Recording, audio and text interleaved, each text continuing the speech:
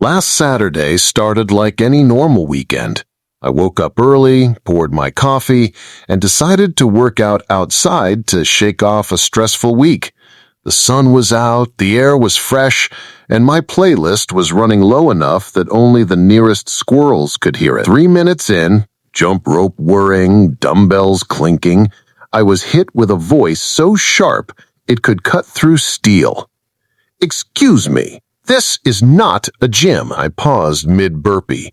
Standing at the end of the driveway were 2 women from the neighborhood association, walking in sync like they'd been training for the HOA Olympics. Matching visors, clipboards in hand, phones ready for action. I gave them a polite smile. "Good morning. Just getting some fresh air while I train." The taller one tilted her chin like she was issuing a royal decree. "You're disturbing the peace.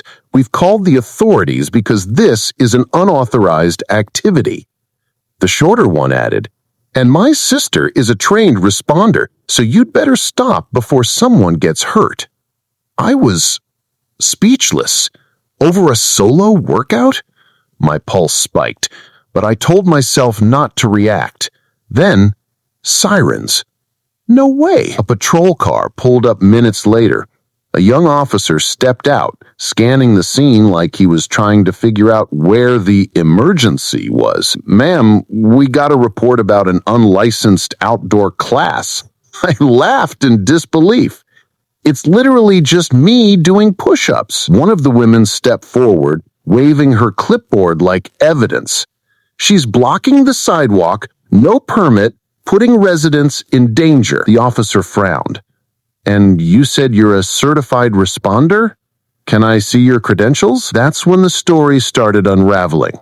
There was a lot of stammering, something about training people at home and paperwork pending. The officer excused himself to make a quick radio check. When he came back, his tone had shifted. "Ma'am, there's no active certification under your name. Can you explain that?" The air got very still. The conversation turned to the seriousness of making false emergency calls.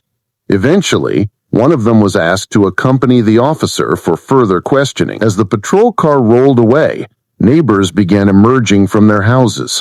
A few clapped.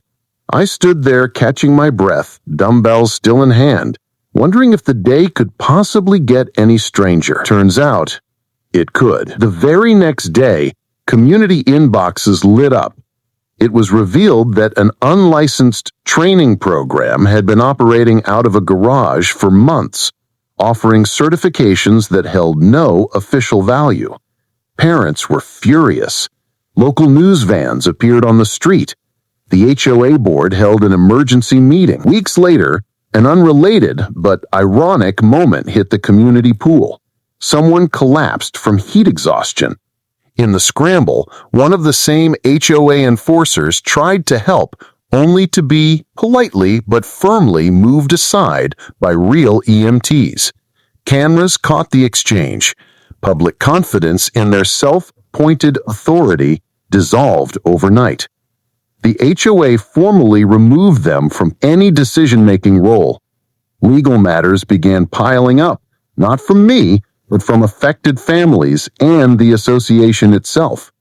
By late summer, HOA drama had turned into a headline-worthy saga. I saw them once more, weeks after the paperwork had started moving through the courts. They were quieter, keeping to themselves. There were no more clipboard confrontations. As for me, I still work out outside sometimes. The music stays at the same low volume.